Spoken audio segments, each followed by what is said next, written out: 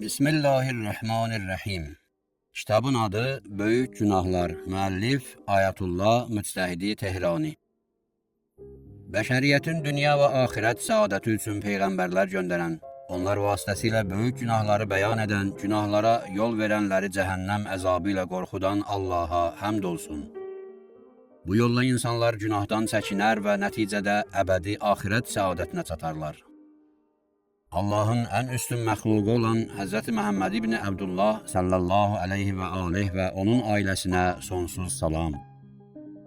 Möminlərin istəyi ilə 1995-ci ildə böyük günahlar haqqında araşdırılma aparıldı.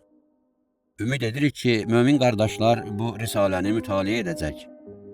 Əgər kitabda qeyd olunmuş günahlardan birinə yol vermişlərsə, bu günahı tərk etmək üçün Allah'tan tövfiq istəsinlər və inşallah nicat tapsınlar. Kitabın mətnləri 5 fəsildə və 1 sonluqda verilmişdir. Birinci fəsildə kəbirə günahlarla bağlı Qur'an ayələri və onların tərcüməsi verilir. İkinci fəsildə bir sıra kəbirə günahların nəql olunduğu rəvayətlər və fəqih bəyanatları əks olunur.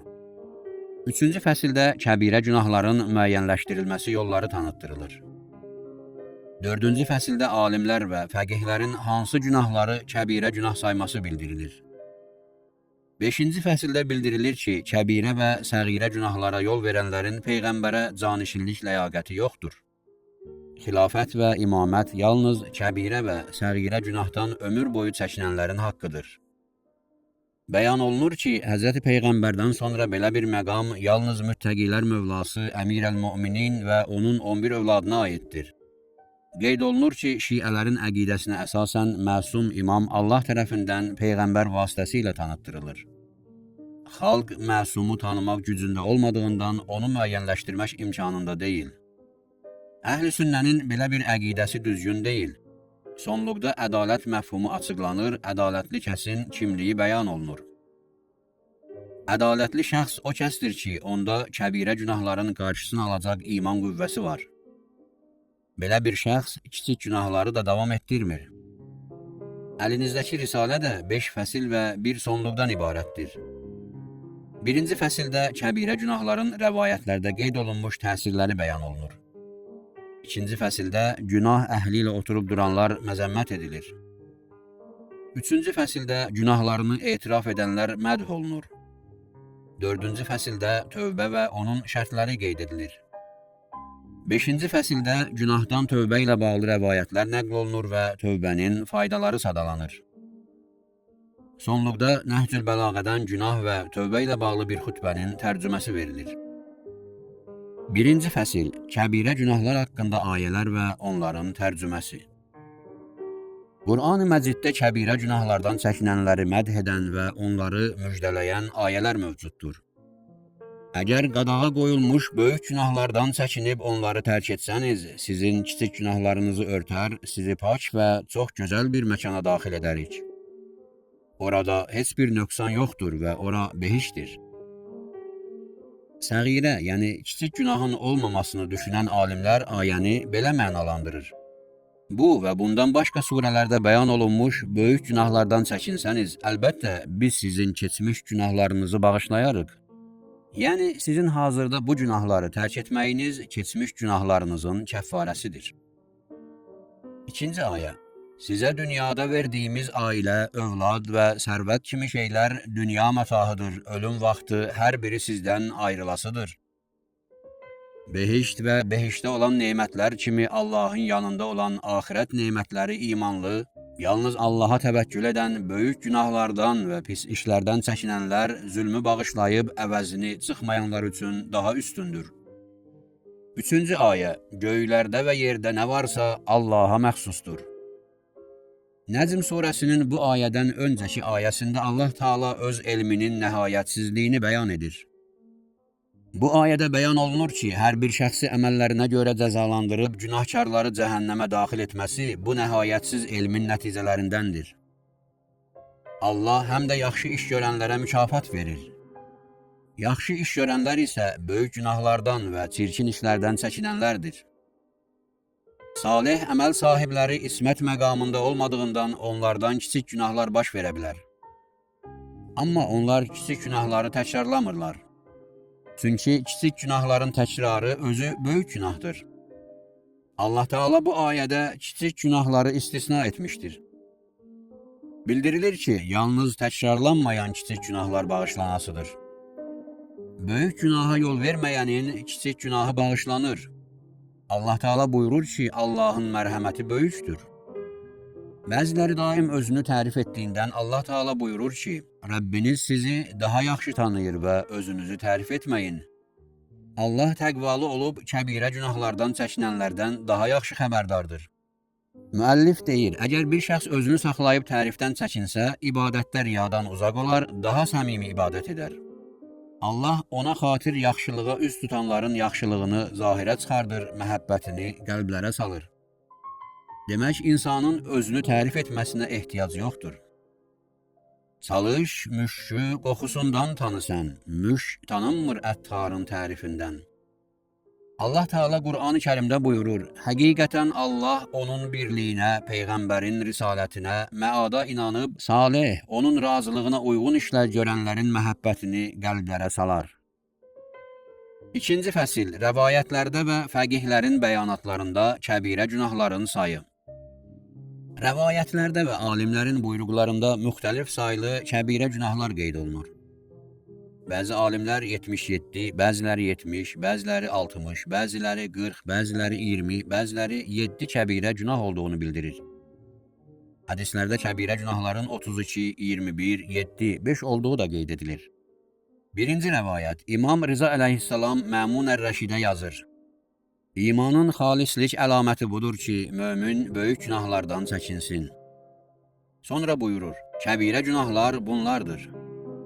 Günahsızı öldürmək, zina, oğurluq, şərabxorluq, ata-ananı incitmək, İslam uğrunda savaşdan qaçmaq, yetimin malını zorla yemək, ölmüş heyvanın ətini yemək, qan içmək, donuz əti yemək, bütlərin adına kəsilmiş heyvanın ətindən yemək, haram olduğunu bilib sələm yemək, rüşvətxorluq, udub-uduzmaqla müşayiət olunan qumar, ölçüdə və çəkidə əskiltmək, pak qadını zinakarlıqda suçlamaq, livat, haqsız yerə şəhadət, axirət rahatlığına ümidsizlik, özünü Allahın əzabından amanda bilmək, Allahın mərhəmətindən ümidsizlik, zalıma kömək və onlara meyl etmək, yalandan and içmək, güc satan halda borcu ödəməyib haqqı saxlamaq, yalan, təkəbbür, israf, xəyanət, həcdən boyun qaçırmaq, Allah dostları ilə savaş, şərən bəyənilməyən boş işlərlə məşğulluq, kiçik günahı davam etdirmək. İkinci rəvayət, İmam Sadiq əleyhissalam buyurur, Əli ibn Əbi Talibin yazısında 5 böyük günahla rastlaşdım. Allah Teala'ya qarşı şirk, ağvaldenlik, sələm yemək, İslam savaşından qaçmaq, dini məsələləri öyrənmək şəraiti olan şəhərdən dini məsələlərin yada salınmadığı yerə köçmək. Bu çox incə məsələdir. Bir çox etiqadlı insanlar tanıyıram ki, dindar, məscidi olan məhəlləni qoyub Tehranın dini mühiti olmayan yerinə köçüblər.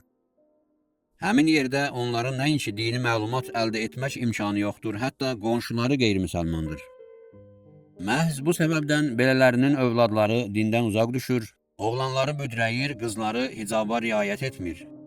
Dini göstərişləri nəzərə almadan mənzili və yeri dəyişmək belə nəticələnir. Ağlının, dininin artması üçün yoldaşın olmalı özündən üstün. Əziz oxucular təqlid etdikləri müctəhidlərdən soruşa bilər ki, müsəlman ölkəyə hicrətdən sonra kafir ölkəyə qayıtmaq kəbirə günahdırsa, müsəlman məhəlləsindən qeyri-müsəlman məhəlləsinə köçmək hansı hökmdədir? Məzhəbi bir yerdən qeyri-məzhəbi şəhərə köçmək də günahdır, yoxsa yox? Üçüncü rəvayət. Ravi nəql edir ki, İmam Sadiq əleyhissalamdan kəbirə günah haqqında soruşdum və o belə cavab verdi. Kəbirə günah 5'dir və onlar elə günahlardır ki, Allah Teala onların müqabilində cəhənnəm odu vəd etmişdir. Allah Teala izzət və cəlalına and içir ki, yetimin malını zorla yeyənlərə od yedirəsidir.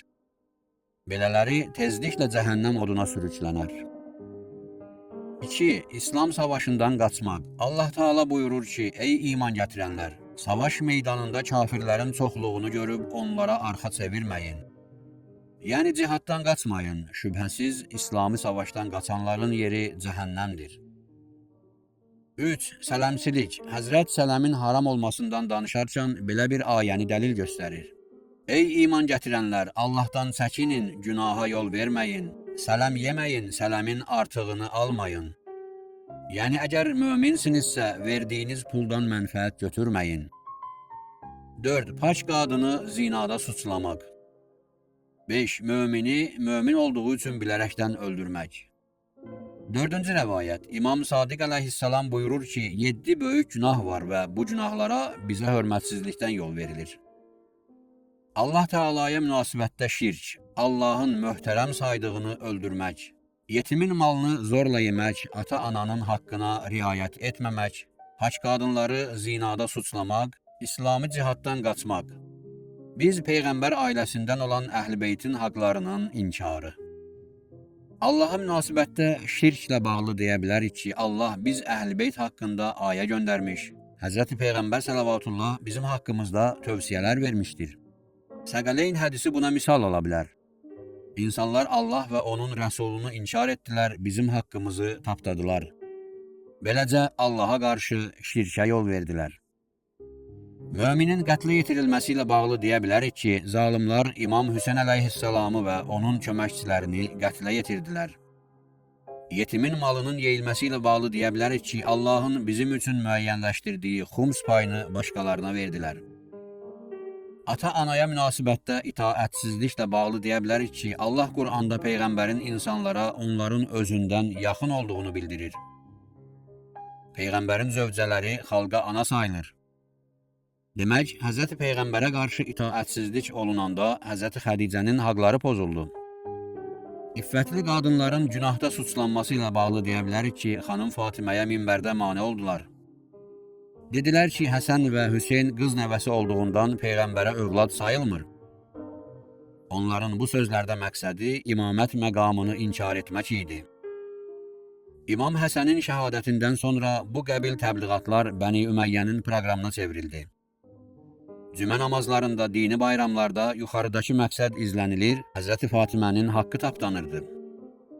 Əslində, xanım Fatimə-i Zəhranın hansısa şəkildə təhqiri nəzərdə tutulmur. Çünki xanım hətta düşmənlərin inkar edə bilməyəcəyi həddə pak və iffətli idi. Cihad meydanından qaçmaq dedikdə, Həzrəti Əli əleyhissalama beyət edənlərin sonradan onu tərk etməsi nəzərdə tutulur. Bizim haqqımızın inkarı isə aydın bir məsələdir və mübahisəyə yer yoxdur. 5-ci rəvayət. Həzrəti Əbdüləzim Həsəni buyurur, İmam Məhəmməd Təqi əleyhissalam mənə belə nəql etdi. Atam öz atasından belə eşitdiyini buyurdu. Əmr ibn Ubeyd atam İmam Sadiqin yanına gəlib salam verdi və belə bir ayə oxudu. Böyük günahdan uzaqlaşanların, onlara qılınan zülmü bağışlayanların, əvəz çıxmaq fikrində olmayanların, o sözünü yarımçıq saxladı. İmam buyurdu, nə üçün dayandın? O dedi, istəyirəm Qur'andakı böyük günahları tanıyım. İmam buyurdu, ey əmr, ən böyük günah Allaha qarşı şirkdir. Allah Teala buyurur ki, ona qarşı şirkə yol verənə behişt haramdır. Allaha şirkdən sonra növbəti böyük günah onun mərhəmətindən ümidi üzməkdir. Çünki Allah Teala buyurur ki, yalnız kafirlər Allahın mərhəmətindən ümidini üzür. Növbəti böyük günah insanın özünü Allahın cəzasından amanda bilməsidir. Allah Teala buyurur ki, yalnız riyakarlar özünü Allahın cəzasından amanda bilir. Kəbirə günahlardan biri də ata-anaya ağ olmaqdır. Çünki Allah ağ valideyni zalim kimi tanıtdırır. Allah Teala Həzrəti İsa'nın dilindən bəyan edir. Allah məni anama münasibətdə xeyirxah qərar verdi və məni zalim buyurmadı. Başqa bir böyük günah Allahın möhtərəm saydığı günahsız insanı öldürməkdir. Buna qisas misal ola bilər. Allah Teala buyurur, hər kəs bilərəkdən mömini öldürsə, cəzası cəhənnəmdir və orada əbədi qalar. Allah ona qəzəblənər, onu lənətləyər, ona böyük əzab hazırlayar. Paç qadını zinada suçlamaq növbəti böyük günahdır. Allah Teala buyurur ki, möminə paç qadınları günahda suçlayanlara dünya və axirətdə lənət olsun. Onlar üçün böyük əzab var. Başqa bir kəbirə günah yetimin malını zorla yeməkdir. Allah Teala buyurur ki, yetimlərin malını zorla yeyənlər həqiqətən qarınlarını odla doldurur. Onlar şübhəsiz cəhənnəmə daxil olar, od tutub yanar. Cihad meydanından qaçmaq növbəti kəbirə günahdır. Çünki Allah Teala buyurur ki, döyüş günü düşmənə arxa çevirənlər Allahın qəzəbinə gələr. Döyüş mövqeyini dəyişmək, başqa bir dəstəyə qatılmaq üçün arxa çevirməyin eybi yoxdur. Başqa bir kəbirə günah sələm yeməkdir.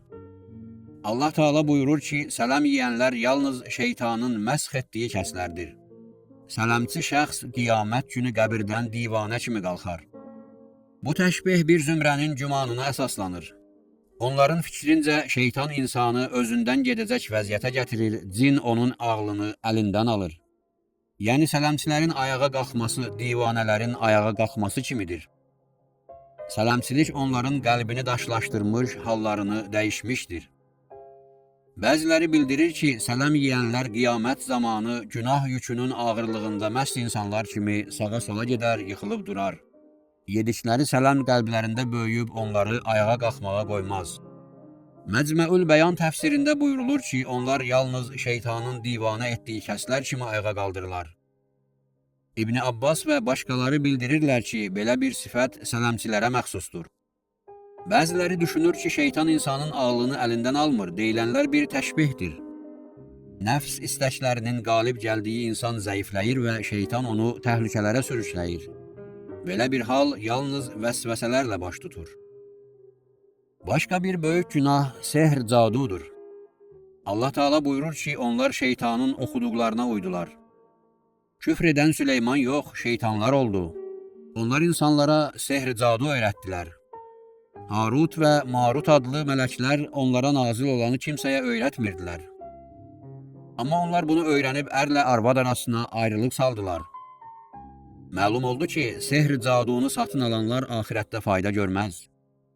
Zina da kəbirə günahlardandır.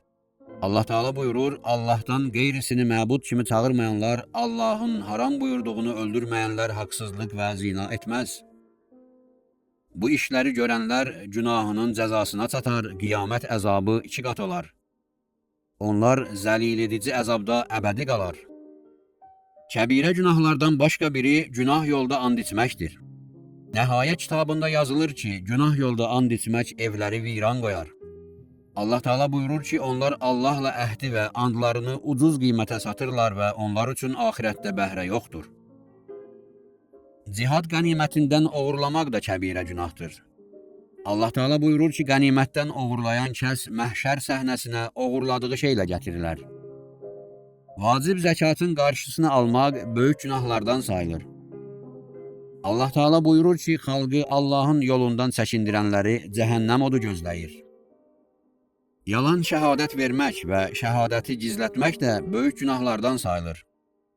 Allah Teala buyurur ki, şəhadəti gizlədənin həqiqətən də qəlbi günahkardır. Şərab içmək böyük günahlardan sayılır. Allah Teala şərab içməyi bütlərə pərəstişi qadağan etdiyi kimi qadağan etmişdir. Yəni, hər iki əməl yanaşı olaraq qadağan edilir. Məlum olur ki, hər iki günahın cəzası eynidir. Bu ayəyə əsasən şərabxoru bütpərəst sayırlar. Namazı və ya namaz üçün vacib edilmiş bir əməli bilərəkdən tərk etmək böyük günahdır. Allahın Rəsulu buyurur ki, namazı bilərəkdən tərk edən Allahla və Allahın Rəsulu ilə əhdini pozmuşdur. Əhdi pozmaq, yaxınlarla əlaqəni kəsmək böyük günahlardan sayılır. Allah Teala buyurur ki, Allahla əhd bağladıqdan sonra onu pozan, Allahın əmr etdiyi əlaqələri kəsən, yer üzündə fəsad törədən insanlar üçün lənət var, axirət evinin pisliyi də onlar üçündür. İmam Kazım əleyhissalam buyurur ki, atamın buyruqlarından sonra əmr uca səslə ağlayaraq evimizdən çıxdı. O deyirdi, öz rəyi əsasında fətva verən həlak oldu və siz Peyğəmbər əhl-i beyti ilə elm və fəzilətdə çəkişməyə qalxdınız. Şübhəsiz ki, əmr imamın müxaliflərini nəzərdə tuturdu. Onlar öz şəxsi rəyləri əsasında hökm çıxarırdılar. Hansı ki, Qur'andan, əhl-i beytdən xəbərsiz idilər. Bizim alimlər mənim fətvam dedikdə Qur'an və hədis əsasında gəldikləri qənaəti nəzərdə tuturlar. Müctəhidin rəyi onun zəhmətlərinin məhsuludur. Əslində isə ortada heç bir şəxsi rəy yoxdur. 6-cı rəvayət Məhəmməd ibn Müslim nəql edir ki, İmam Sadiq əleyhissalamdan 7 kəbirə günah olduğunu eşitdim. Bilərəkdən mömini öldürmək, paç qadını zinada ittiham etmək, cihad cəbhəsindən qaçmaq, İslam məmləkətinə hicrətdən sonra İslam hökmlərinin yada salınmadığı yerə qayıtmaq, yetimin malını haqsız yemək, sələmin haramlığını bildikdən sonra sələm yemək, müqabilində Allah tərəfindən cəhənnəm odu vəd olunmuş hər bir günah şirk kimidir. 7-ci rəvayət Übeydə ibn Zürarə deyir ki, İmam Sadiq əleyhissalamdan kəbirə günahlar haqqında soruşdum. O həzrət İmam Əli əleyhissalamın kitabında 7 kəbirə günah qeyd olunduğunu bildirdi. Allaha küfr, günahsızı öldürmək, ağvaldeynlik, sələmçiliyin haram olduğunu bilib sələm yemək, yetimin malını haqsız yemək, cihad cəbhəsindən qaçmaq, hicrətdən sonra İslam olmayan məmləkətə dönüş. Ravi nəql edir ki, imamdan soruşdum ki, bu günahlar böyük günahlar sayılırmı? İmam buyurdu ki, bəli. Mən yetimin malını haqsız yeməyin və ya namazı tərk etməyin böyük günah olduğunu soruşdum. İmam əleyhissalam buyurdu ki, namazı tərk etmək daha böyük günahdır. Soruşdum ki, nə üçün namazın tərkini böyük günahlar kimi qeyd etmədiniz? İmam cavabında buyurdu ki, sənə ilkin olaraq hansı günahı xatırlatdım? Dedim ki, küfrü. İmam buyurdu, həqiqətən namazı tərk edən kafirdir. Yəni, heç bir səbəb və üzr olmadan namazı qılmamaq küfürdür. Müəllif deyir ki, bir şəxs namazı inkar etsə, yəni desə ki, namaz vacib deyil, o şəxs mürtəd və murdardır.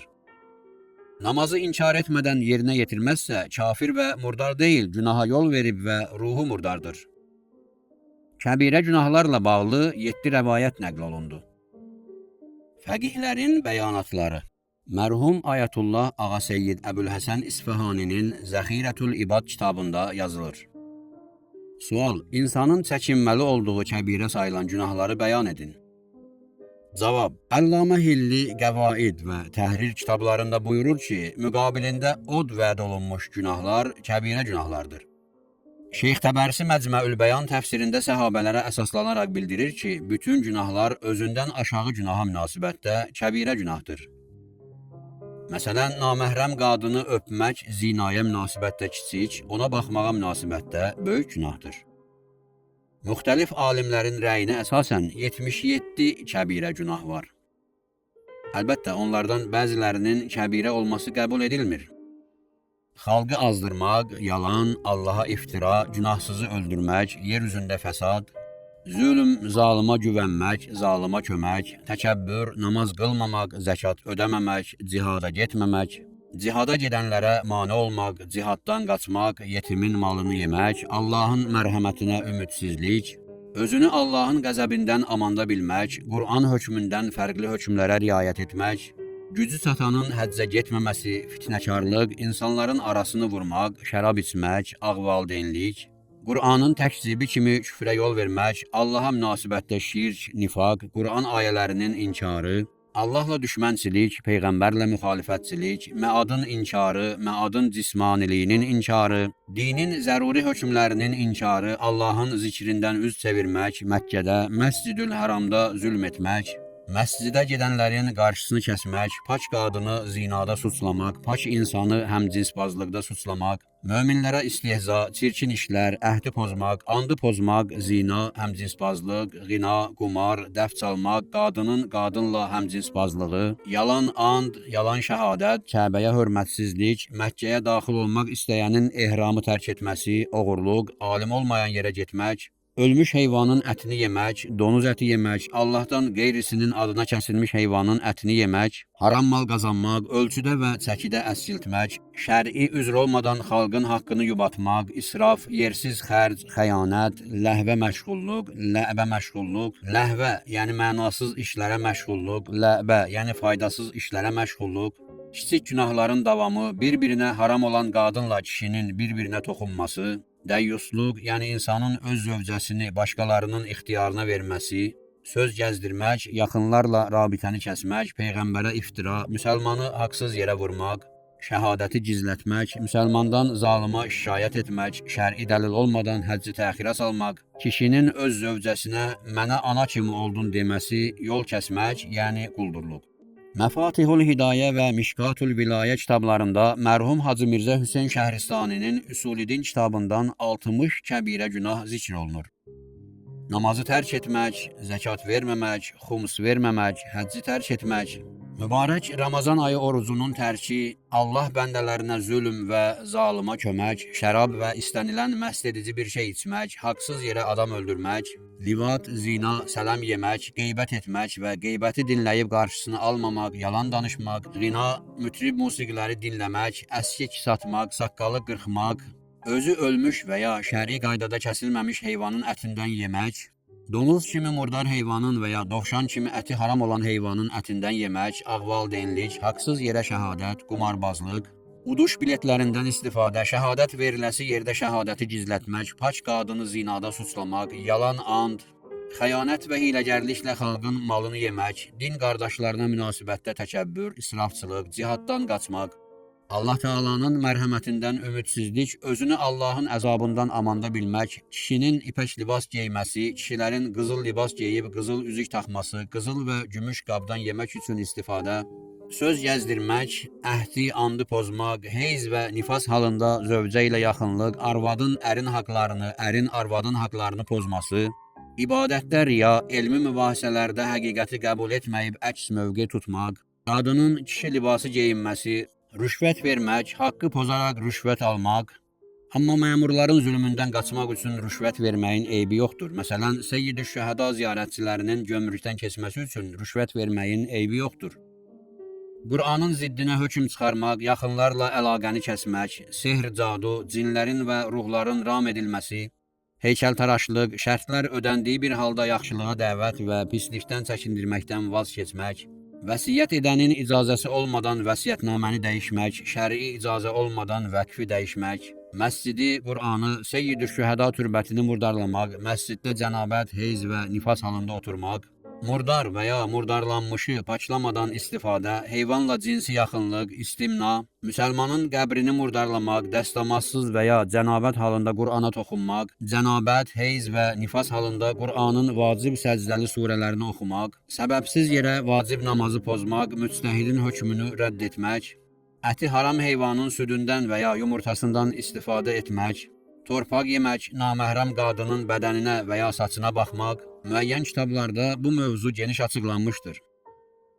Mərhum Molla Məhəmməd Baqir Məclisi buyurur, atam mərhum Molla Məhəmməd Təqi Məclisi bəzi kitablarında hədislərə əsaslanaraq kəbirə günahları iki qrupa bölür. Birinci qrupa qəti kəbirə günahlar daxildir.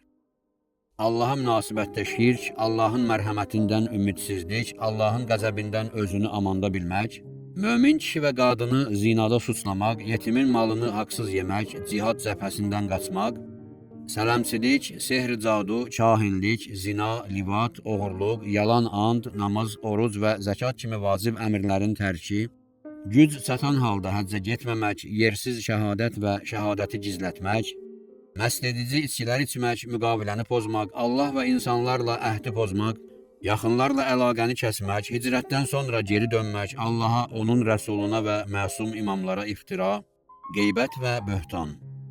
İkinci qrupa isə ehtimal olunan kəbirə günahlar daxildir.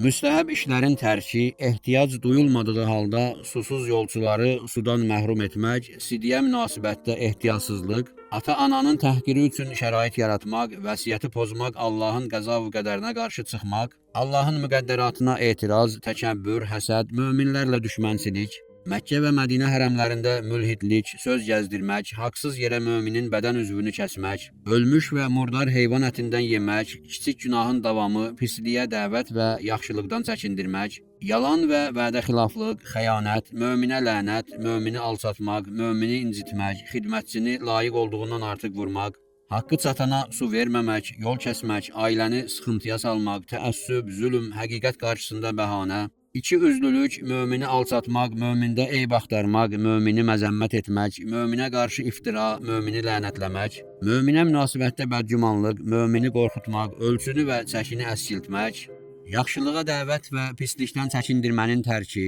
günahkarlarla bir məclisdə oturmaq, dində bidət, bidətçi ilə yoldaşlıq, günahı kiçik saymaq, qumarbazlıq, haram yemək. Mərhum şəhid buyurur, şəriətdə hədd qoyulmuş, əzab vədi verilmiş hər bir günah kəbirə günahdır. Məsələn, Allaha münasibətdə şirk, haqsız qətl, livat, zina, cihad meydanından qaçmaq, sehr, cadu, sələmçilik, paç qadını zinada suçlamaq, yetimin malını yemək, haqsız qeybət, yalan and, haqsız şəhadət, şərabxorluq, Kəbəyə hörmətsizlik, oğurluq, müqaviləni pozmaq, hicrətdən sonra qayıdış, Allahın mərhəmətindən ümidsizlik, özünü Allahın əzabından amanda bilmək və ahvaldenlik. 3-cü fəsil, kəbirə günahı necə tanımaq olar? Mərhum Şeyx Ənsari Ədalət Risaləsində 5 yol göstərir. 1-ci yol, mötəbər rəvayət. Bu rəvayətdə bildirilməlidir ki, günah böyük günahdır. Həmin kitabın 2-ci fəslində müəyyən rəvayətlər və onların tərcüməsi verilmişdir. 2-ci yol, ayə və ya mötəbər rəvayət. Məsələn, bir günah haqqında deyilir ki, Allah Teala bu günaha yol verən üçün cəhənnəm əzabını vacib etmişdir. 3-cü yol, Allah Teala Qur'an-ı Məciddə müəyyən günaha yol verən üçün əzabın qəti olduğunu bildirir. Həzrəti Əbdüləzimdən 2-ci rəvayətdə həmin ayələrə işarə olunur. 4-cü yol, ağıl və nəql yolu. Ağıl və ya nəql təsdiqləyir ki, bir günah hansısa böyük günahdan daha ağırdır. Məsələn, bildirilir ki, möminin arxasınca danışmaq, onun qeybətini etmək zinadan ağırdır. Uyğun bəyanatdan anlaşılır ki, möminin arxasınca danışmaq da kəbirə günahdır. Heç bir rəvayətdə qeybətin kəbirə günah olduğu bildirilməsə də, onun zinadan ağır olması ilə bağlı bəyanat kəbirə günah olduğunu göstərir. Başqa bir misal, heç bir rəvayətdə müsəlmanların, kafirlərin xeyrinə casusluğu böyük günah kimi qeyd olunmur. Amma rəvayətlərdə bildirilir ki, savaşdan qaçmaq kəbirə günahdır. Ağıla əsasən belə bir nəticə çıxarırıq ki, casusluq fərarilikdən də daha zərərli olduğu üçün o da kəbirə günahdır. Bir tikə çörəyə və ya bir neçə günlük rəyasətə xatir düşmənlərdən pul alıb onlara gizli məlumatlar ötürmək necə də pisdir. Bunun səbəbi dinsizlik, imansızlıq, nütfənin pak olmamasıdır. Bu qəbil günahlardan Allaha pənah aparaq. Qiyamət günü belələri üçün ağır cəza var. 5-ci yol, həmin günaha görə şahidlik haqqından məhrum edilmək. Əgər bir günaha görə günahkarın şəhadəti qəbul edilmirsə, demək həmin günah kəbirə günahdır. Bəzi günahlara yol vermiş insana iqtida etməmək tapşırılır. Məlum olur ki, həmin günah böyük günahlardandır. Rəvayətdə nəql olunur ki, ağvalideyn insana iqtida etmək olmaz. Bu qadağadan məlum olur ki, valideyni incitmək kəbirə günahlardandır. Hansı ki, heç bir rəvayətdə ağvalideynliyin böyük günah olması göstərilməmişdir. 4-cü fəsil, kəbirə günah haqqında alimlərin buyruqları.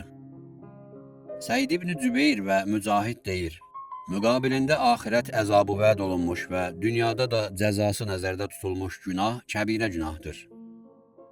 İbn Abbas və bəzi şiə alimləri bildirirlər ki, Allahın qadağan etdiyi hər bir işə mürtəkib olmaq kəbirə günahdır. Amma bu günahların bəzilərindən şiddətlidir. Məsələn, naməhrəmə baxmaq kəbirə günahdır. Amma bu günah naməhrəmi öpməkdən kiçikdir. Naməhrəmi öpmək özü böyük günahdır. Amma zinaya nisbətən kiçik sayılır. Naməhrəmlə zina etmək böyük günahdır. Amma ərli qadınla zina etmək daha ağırdır. Əgər ərsiz qadınla zina müqabilində 100 qamçı nəzərdə tutulmuşsa, ərli qadınla zina edən şəxs daşqalaq olunur. İnsan bəzən narahat olmadan kiçik günahlara yol verir. Hansı ki, rəvayətdə günahın kiçikliyinə baxmamaq tapşırılır. İnsana tövsiyə olunur ki, günaha yox, kimin qarşısında günaha yol verdiyinə diqqətli olsun. Günahla üzbəüz dayanan xəcalət çəkməli, Allahın nemətlərinə şükür etməlidir. Pərverdigara, bizə tövfiq əta et, sənə itaətsizlik göstərməyək. Bizdə sənin məmurlarının sorğu sualına cavab vermək gücü yoxdur. Cəhənnəm oduna da dözəsi deyilik. Pərverdigara, zəifliyimizə rəhm et, bizi cəhənnəm odunda yandırma. Mərhum Şeyx Bəhai bildirir ki, böyük günahlarla bağlı fərqli fikirlər var. Onlardan bəzilərinə aşağıdakıları misal göstərmək olar. 1. Qur'anda bir günaha görə cəza vəd olunursa, bu böyük günahdır. 2. Müqabilində cəza, hədd nəzərdə tutulmuş günah böyük günahdır. 3. Dinə etinasızlıq kimi dəyərləndirilən hər bir günah böyük günahdır. 4. Haramlığı qəti dəlillərlə sübuta yetən günah. 5. Quran və sünnədə şiddətli şəkildə məzəmmət olunan günahlar. 6. İbn Məsud bildirir ki, Nisa surəsinin başlanğıcından 31-ci ayəsinədək qadağa qoyulan günahlar böyük günahdır. 7. Bütün günahlar böyük günahdır. Çünki günah Allahın ziddinə atılan addımdır.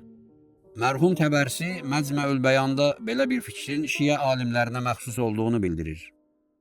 8. Bir çox alimlər 7 kəbirə günah olduğunu hesab edir. 9. Bir qrup alim 20 kəbirə günah olduğunu bildirir. 10. Bəzi alimlər 40 kəbirə günah sadalayır. 5-ci fəsil Şiə əqidəsinə əsasən yalnız ömür boyu kəbirə və səğirə günaha yol verməyənlər İslam Peyğəmbərinə xəlifə və canişin ola bilər. Bunu isə bəşər yox, yalnız Allah müəyyənləşdirə bilər. Demək, imam da insanlar yox, Allah tərəfindən təyin olunmalıdır. Əhl-i sünnə əqidəsinə əsasən imam insanlar tərəfindən təyin olunur. Şiə əqidəsinə əsasən xalqın xəlifə və imam təyin etmək haqqı yoxdur. Əhl-i sünnə əqidəsinə əsasən Peyğəmbər özü üçün canişin təyin etmədiyindən bu iş xalqın öhdəsinə düşür. Sünnilərin xəlifələri icma əsasında təyin etmək baxışının heç bir əsası yoxdur. Belə bir icma yalnız Həzrəti Əli əleyhissalam və Peyğəmbər salavatullah əhl-i beytinə qarşı pis münasibətdən qaynaqlanır. Uyğun təbliğat bu gün də sünnilər arasında davam etməkdədir. Əgər insanlar azad olsaydılar, heç şübhəsiz Peyğəmbərdən sonra kimsə ilə müqayisə olunmayacaq Əlini seçərdilər. Şücaət, zöhd, ibadət sahəsində də Həzrəti Əlinin misli olmamışdır.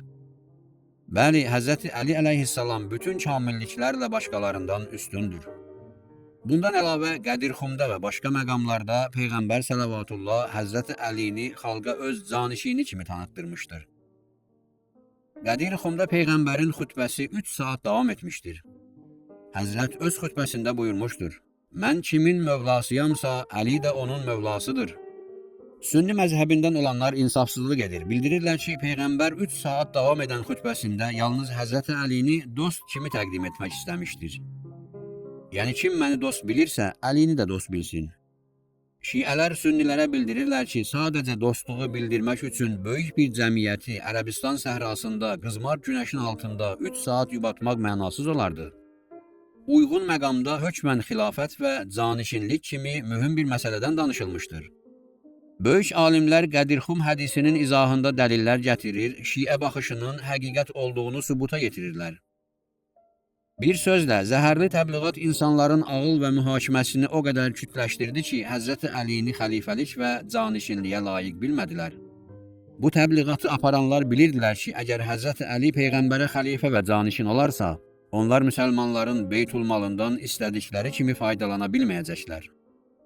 Ədalətlə bağlı son söz. Ədalətli şəxs kimdir? Ədaləti necə müəyyənləşdirməliyik? Ədalət dedikdə istənilən bir işdə orta həddi gözləmək nəzərdə tutulur. Əgər qəzəb və şəhvət kimi qüvvələr ağla tabe olarsa, insan ədalətli sayılar. Ədalətli şəxs o şəxsdir ki, onun qəzəb və şəhvət kimi qüvvələri Allaha iman gücü ilə cilovlansın. Belə bir insan kəbirə günaha yol vermir, kiçik günahın üzərində dayanmır. Bəs adil şəxsi necə tanımaq olar? Ayətullah Büruzerdinin fətvasına əsasən bunun bir neçə yolu var. 1. Qarşı tərəflə ünsiyyət sayəsində onun ədalətli olub olmaması anlaşılır. 2. İki ədalətli şəxs üçüncü şəxsin ədalətinə şəhadət verir. 3. Bir qrup müsəlman bildirir ki, filan şəxs ədalətlidir. Məsələn, müəyyən bir cəmiyyətin bir şəxsin arxasında namaz qılması həmin şəxsin ədalətli sayıldığını göstərir. İmamın risalələrdə göstərilən ədalət şərtləri. Pişnamaz, hədd-i buluğ, aqil, 12 imamçı şiə ədalətli və halalzadə olmalıdır. O namazı düzgün qılmalıdır. Əgər iqtida edən kişisə, imam da kişi olmalıdır. İqtida edən yaxşını pisdən seçən uşaqdırsa, özü kimi digər bir uşağa iqtida edə bilər. Öncə ədalətli tanınan imamın ədalətinə şübhə yaranarsa, o öz ədalətində qalır və ona iqtida etmək olar. Mərhum Nəraqi Meracü Səadət kitabında buyurur, Bil ki, ədalət fəzilətlərin üstünü, kamilliklərin şərəflisidir. Ədalət bütün kamillik sifətləri ilə şərtlənmişdir. Bəlkə də eynən kamilliklərdən ibarətdir. Necə ki, ədalətin ziddi olan zülm, çirkin sifətlərlə şərtlənir. Ədalət insan nəfsində yaranmış bir səciyyədir. İnsan bu qüvvə vasitəsilə bütün sifətlərə münasibətdə orta həddi gözləyə bilir. Demək, bütün əxlaqi fəzilətlər və kamil sifətlər ədalətlə rabitəlidir. Əflatun deyir, insan ədalət sifəti əldə etdikdən sonra nurani olur. Ədalət vasitəsilə nəfsin bütün yönümləri işıqlanır. Nəfs baxışları genişlənir, insan anlayır ki, ondan nələr istənilib. Ədalət 3 qismdir. 1. Bəndələrlə Xaliq arasındakı ədalət. Ədalət güc çatana qədər orta həddi gözləməkdir. Allah Teala həyat vermiş, kamilliklər əta etmiş, hər bir canlının ehtiyacını ödəmiş, hər kəs üçün süfrə açmışdır. Dil bu nemətləri sadalamaqda acizdir. Axirət nemətləri isə daha üstündür. Göz beləsini görməmiş, qulaq beləsini eşitməmiş, qəlb beləsini duymamışdır. Bəli, Allah qarşısında insanın vacib vəzifələri var. Ədalətə əsasən hər bir nemət müqabilində təşəkkür etmək lazım gəlir. Haqqı ödəməmək zülmdür. Ədalətli padşahın ehsanının mükafatı onun hakimiyyətinə duadır. Allah hər nədən ehtiyatsızdır, amma bəndələrə vacibdir ki, mərifət əldə etsinlər. Allahın məhəbbətini qazansınlar, onun əmrlərini yerinə yetirsinlər, peyğəmbərlərə itaət etsinlər. Bütün bu işlərdə tövfiq də Allahdandır. Hər bir bəndə ixtiyar sahibi olaraq günahlardan çəkinməyə borcludur. 2. İnsanlar arasında ədalət. İnsanlar qarşılıqlı hüquqlara riayət etməlidir. Əmanəti qaytarmaq, müamilədə insaflı olmaq, böyüklərə hörmət, məzlumlara kömək ədalətin tələblərindəndir. İnsan öz haqqına razı olmalı, kimsəyə zülm etməməli, imkan həddində din qardaşlarının haqlarını yerinə yetirməlidir. İnsan bilməlidir ki, hər bir yaranmışın Allah tərəfindən müəyyənləşdirilmiş haqları var və bu haqları yerinə yetirmək lazımdır. Peyğəmbər səllavatullahdan nəql olunmuş hədisdə bildirilir ki, mömin qarşısında 30 haqqı var. 1. Möminin təqsirini bağışlamalıdır. 2. Qərib insana təsəlli vermək, məhəbbət göstərmək lazımdır. 3. Möminin eybini örtmək lazım gəlir. 4. Mömin büdrədikdə ona göz yumulmalıdır. 5. Mömin üzr istədikdə onun üzrü qəbul edilməlidir. 6. Möminin qeybətini etmək qadağandır. 7. Möminin xeyrini bəyan etməli, nəsihətini əsirgəməməlidir. 8. Dostluğu qorumaq, dostluq şəraiti yaratmaq lazımdır. 9. Möminin haqlarını nəzərdə saxlamaq lazımdır. 10. Mömin xəstələndikdə onu yoxlamaq lazımdır. 11. Möminin dəfnində iştirak etmək lazımdır. 12. Möminin çağırışına cavab vermək lazımdır. 13. Möminin göndərdiyi hədiyyəni qəbul etməlidir. 14. Möminin yaxşılığına mükafatla cavab verməlidir. 15. Möminə nemət çatdıqda şükr etməlidir. 16. Möminə yardım göstərməlidir. 17. Möminin namusunu qorumalıdır. 18. Möminin istəyini yerinə yetirməlidir. 19. Möminin sualına cavab verməlidir. 20. Mömin səbir vurduqda ona yərhəmukumullah demək, möminin uyğun duasına yəğfirallahu ləkum deyərək cavab vermək lazımdır. 21. Möminin itirdiyini tapmaq. 22. Onun salamını almaq. 23. Onunla yaxşı tərzdə danışmaq. 24. Onun verdiklərini yaxşı saymaq. 25. Onun andlarını təsdiqləmək. 26. Onunla dostluq etmək, düşmənçilikdən çəkinmək. 27. İstər məzlum, istər zalım olduğu vaxt ona yardım göstərmək. Zalım vaxtı yardım göstərmək dedikdə onu zülmdən çəkindirmək nəzərdə tutulur. 28. Mömini düşmənə təhvil verməmək, onu tənha qoymaqla xar etməmək. 29. Mömin şəxs özü sevdiyini mömin qardaşı üçün də sevməlidir. 30. Mömin şəxs özü üçün sevmədiyini mömin qardaşı üçün də sevməməlidir. 3. Dirilərin ölülərə münasibətdə ədaləti. Dirilər ölülərin borcunu ödəməli, vəsiyyətlərini yerinə yetirməli, onlara dua etməlidirlər. Deyilənlərdən aydın olur ki, hər bir insanın xoşbəxtliyi onun ədalətə münasibəti ilə müəyyənləşir. İnsan orta həddi gözləməsə, heç bir vəcih ilə dünya və axirət səadətinə nail ola bilməz. Beləcə, orta həddi şüar etməli, elm, əməl və cəmiyyətdə həddi aşmamalıyıq. Bu prinsiplərə riayət etməyənlər Peyğəmbərin qəddini qırır. 1-ci fəsil, kəbirə günahın səciyyələri. 1. İmam Sadiq əleyhissalam buyurur, neməti əldən alan günahlar yersiz qiyamdır. Günahsız insanın qətli peşmançılıq gətirən günahlardandır. Zülm insanı bəlaya düçar edir. Şərabxorluq insanın abır həyasını əlindən alır. Zina insanın ruzisini əskildir. Yaxınlarla rabitəni kəsən insanın ölümü tezləşir. Ata-ananı incitmək duanın qəbuluna mane olur.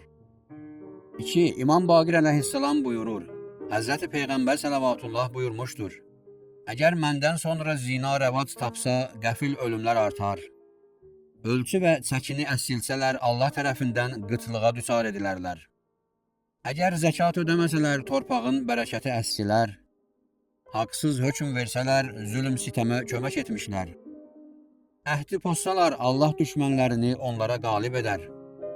Yaxınlarla əlaqəni kəssələr, Allah onların malını şər adamların əlinə salar.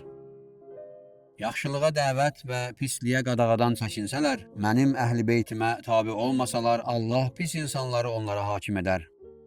Onların yaxşıları da dua edəndə qəbul olmaz. 3. İmam Sadiq əleyhissalam buyurur, qəlbi günah kimi qaraldan ikinci bir şey yoxdur. Həqiqətən günah qəlbi bulaşdırar, ardıcıl yol verilən günahlar qalib gəlib onu alçaldar. 4. İmam Sadiq əleyhissalam buyurur, damarı səyridən, ayağı büdrədən, başı ağrıdan, xəstəlik gətirən yalnız günahdır.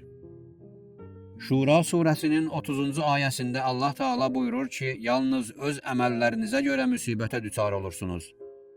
Allahın bağışladığı günahlar cəzalandırılan günahlardan daha çoxdur. 5. İmam Sadiq əleyhissalam buyurur, Əmir-əl-Möminin əleyhissalam buyurmuşdur, əməllərin səni rüsvayçılığa çəkdiyi bir vaxt məbada gülərkən dişlərin görünə. 6. Əbu Bəsir deyir, İmam Sadiq əleyhissalam buyurmuşdur, İnsan günaha yol verdiyi vaxt onun qəlbində qara bir nöqtə yaranar.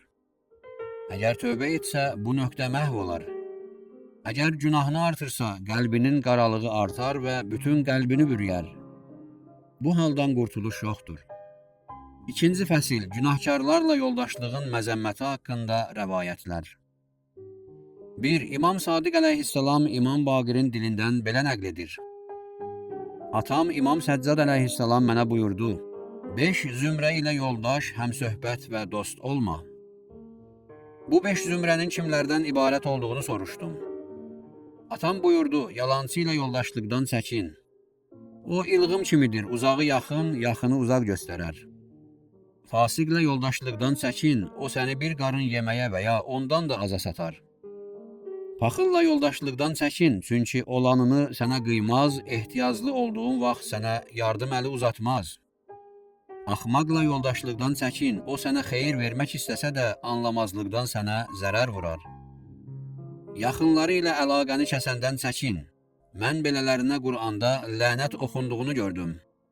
Məhəmməd surəsinin 23-cü ayəsi, Rəd surəsinin 24-cü ayəsi, Bəqərə surəsinin 27-ci ayəsi. 2. İmam Sadiq əleyhissalam buyurur, Allaha və qiyamət gününə iman olan kəs imamın təhqir olunduğu, möminlərə eyb tutulan məclisdə oturmasın. 3. İmam Sadiq əleyhissalam buyurmuşdur, Allaha qarşı itaətsizliyə yol verilən və söhbəti dəyişmək imkanı olmayan məclisdə əyləşmək möminə yaraşmaz. 4. İmam Sadiq əleyhissalam buyurur, bidət əhli ilə həmsöhbət olmayın, bir məclisdə oturmayın. Belə etsəniz, onlardan saylarsınız. Peyğəmbər sələvatullah buyurur, insan öz dostu ilə bir məzhəbdədir. 3-cü fəsil, Allah qarşısında günahın etirafı və peşmançılıq. 1. İmam Baqir əleyhissalam buyurur, and olsun Allaha, günahı etiraf edənədək ondan qurtulmazsınız. Tövbə üçün peşmançılıq yetər. 2. İmam Baqir əleyhissalam buyurur, and olsun Allaha, insanlardan yalnız 2 xislət istənilmişdir. Nemətin artırılması üçün onun etirafı, günahın bağışlanması üçün günahın etirafı. 3. İmam Sadiqin səhabələrindən biri nəql edir ki, İmam belə buyurdu: Həqiqətən insan günaha yol verər və Allah bu günah vasitəsilə onu behiştə aparar. İmamdan buyruğunun mənasını soruşdum. O həzrət buyurdu: O günah edər və daim bu günahın qorxusunu çəkər. Günaha görə özünə qəzəbləndiyindən Allah ona rəhm edib behiştə aparar. 4. İmam Sadiq əleyhissalam buyurur: Allah sevir ki, bəndə öz günahlarına görə bağışlanma diləsin. Günahı az olduğundan etinasızlıq göstərib tövbə qılmayanı Allah düşmən bilir. 4-cü fəsil tövbə və onun şərtləri haqqında. 1. Vəhəbdən nəql olunur ki, bir gün şeytan Həzrəti Yəhyanın gözünə görünüb ona nəsihət vermək istədi. Həzrəti Yəhya dedi: Sənin nəsihətinə ehtiyaclı deyiləm, amma mənə insanların vəziyyəti haqqında xəbər ver. Şeytan dedi: Bəni Adəm bizim nəzərimizcə 3 zümrədən ibarətdir. Birincisi, bəziləri sizin kimi məsumdur, onlara ümidimiz olmadığından əl çəkib rahatlanmışıq. Bizim hilələrimiz onlara təsir etmir. İkincisi, bəziləri isə bizim qarşımızda uşaq əlindəki top kimidir. Onu istədiyimiz tərəfə qovur və tam ixtiyarımızda saxlayırıq. Üçüncü zümrə hamıdan çox bizi narahat edir. Onların üzərində ciddi çalışsaq da onlar günaha yol verən kimi peşman olur, tövbə qılır və bağışlanma diləyirlər. Onlara çəkdiyimiz əziyyət boşa çıxır. Növbəti dəfə onları aldatmaq istədikdə, yenə günaha sürükləndikdən sonra tövbə qılıb bağışlanırlar. Onlardan nə istədiyimizi alır, nə də ümidimizi üzə bilirik. 2. Əllamə Hilli Minhacül Kəramə kitabında yazır ki, Buşr-ı Hafi İmam Kazımın əli ilə tövbə etdi. Bir gün İmam Bağdadda Buşrun mənzilinin yanından keçərkən mənzildən çal-çağır sədaları eşitdi. Həmin vaxt Buşrun kənizi zibil atmaq üçün bayıra çıxmışdı. İmam kənizdən soruşdu: Bu evin sahibi bəndədir, yoxsa azad? Kəniz cavab verdi ki, azad. İmam əleyhissalam buyurdu: Düz deyirsən, əgər bəndə olsaydı, öz ağasından qorxardı. Kəniz mənzilə daxil oldu. Buşr şərab süfrəsində əyləşmişdi. Kənizin yubanmasının səbəbini soruşdu. Kəniz cavab verdi ki, qapıdan ötən bir şəxs ev sahibinin ağa yoxsa bəndə olduğunu soruşub və deyib ki, əgər bəndə olsaydı, ağasından qorxardı. Bu sözlər Buşra o qədər təsir etdi ki, süfrədən qalxıb ayaq yalın özünü İmam Kazımə çatdırdı. İmamın vasitəsilə tövbə edib ağlar halda geri qayıtdı. Həmin gündən Buşr çirkin əməlləri tərk etdi və zahidlər sırasına qatıldı. Buşr ayaqyalın imamın huzuruna getdiyi üçün Hafi, yəni ayaqyalın ləqəbini aldı. 3. Nəhcül Bəlağədə nəql olunur ki, bir şəxs Əmir-əl-Mömininin huzurunda Əstəğfirullah kəlməsini söylədi. İmam əleyhissalam buyurdu: Anan matəmində ağlasın. Bilirsənmi istiğfar nədir? İstiğfar ali bir dərəcədir və onun 5 mənası var. Keçmiş pis əməllərə görə peşmançılıq, keçmiş əməllərin təkrar olunmayacağı ilə bağlı qərar, Allahla görüş gününədək xalqın haqlarının qaytarılması, tərk olunmuş vacib əməllərin yerinə yetirilməsi, bədənin haramdan cücərmiş ətinin qəm-qüssə ilə əridilməsi və dəri ilə sümük arasında yeni ətin yaranması. Günahın şirinliyini bədənə daddırdığın kimi ibadətin əziyyətini bədənə daddırasan. Yalnız bu şərtlər ödəndikdən sonra əstəğfirullah deyə bilərsən. Belə bir istiğfar həqiqi və kamil istiğfardır. 4. Muaviyyə İbn Vəhəb nəql edir ki, İmam Sadiq əleyhissalam buyurdu: Bəndə həqiqi tövbə etdiyi vaxt Allah onu dost bilir, dünya və axirətdə onun eybini örtür. Muaviyyə İbn Vəhəb soruşur ki, eybləri necə örtür? İmam buyurur: 2 müvəkkil mələyin yazdığı günahları yadından çıxardır. Bədən üzvlərinə vəhy edir ki, günahları örtsünlər. Günaha yol verilən yerə vəhy olunur ki, sənin üzərində baş verən günahı ört. Belə ki, Allahla görüş zamanı onun günahına heç bir şəhadət verilmir. 5. Əbu Ubeydə Əl-Həzza nəql edir ki, İmam Baqir əleyhissalam buyurdu: Həqiqətən Allah Teala bəndəsinin tövbə və qayıdışına şad olur. Səhrada dəvəsini və azuqəsini itirmiş şəxs onu tapanda necə sevinirsə, Allah öz bəndəsinin tövbəsinə bir o qədər sevinir. 6. İmam Sadiq əleyhissalam buyurur, həqiqətən Allah aldadılmış və tövbəkar bəndəsini sevir. Günahkar tövbə etdiyi üçün üstün tutulur. 5-ci fəsil tövbə və onun faydaları haqqında bir neçə hədis. 1. İmam Sadiq əleyhissalam buyurur, bəndə günaha yol verdiyi vaxt Allah Teala ona 7 saat möhlət verir. Əgər Allahdan bağışlanma diləsə, ona günah yazılmaz. Bu saatlar ötsə və bəndə bağışlanma diləməsə, günah yazılar. Həqiqətən də mömin günahdan 20 il sonra onu yada salıb Allahın dərgahından bağışlanma diləsə, Allah onu bağışlayar. Kafir isə həmin saat günahını yaddan çıxarır. 2. Əli ibn Rəab deyir, İmam Sadiqdən başınıza gələnlər öz əməllərinizdəndir ayəsinin təfsiri haqqında soruşdum. Dedim ki, Həzrəti Əlinin və ondan sonra ailəsinin başına gələnlərin səbəbi nədir? Axı onlar məsumdurlar.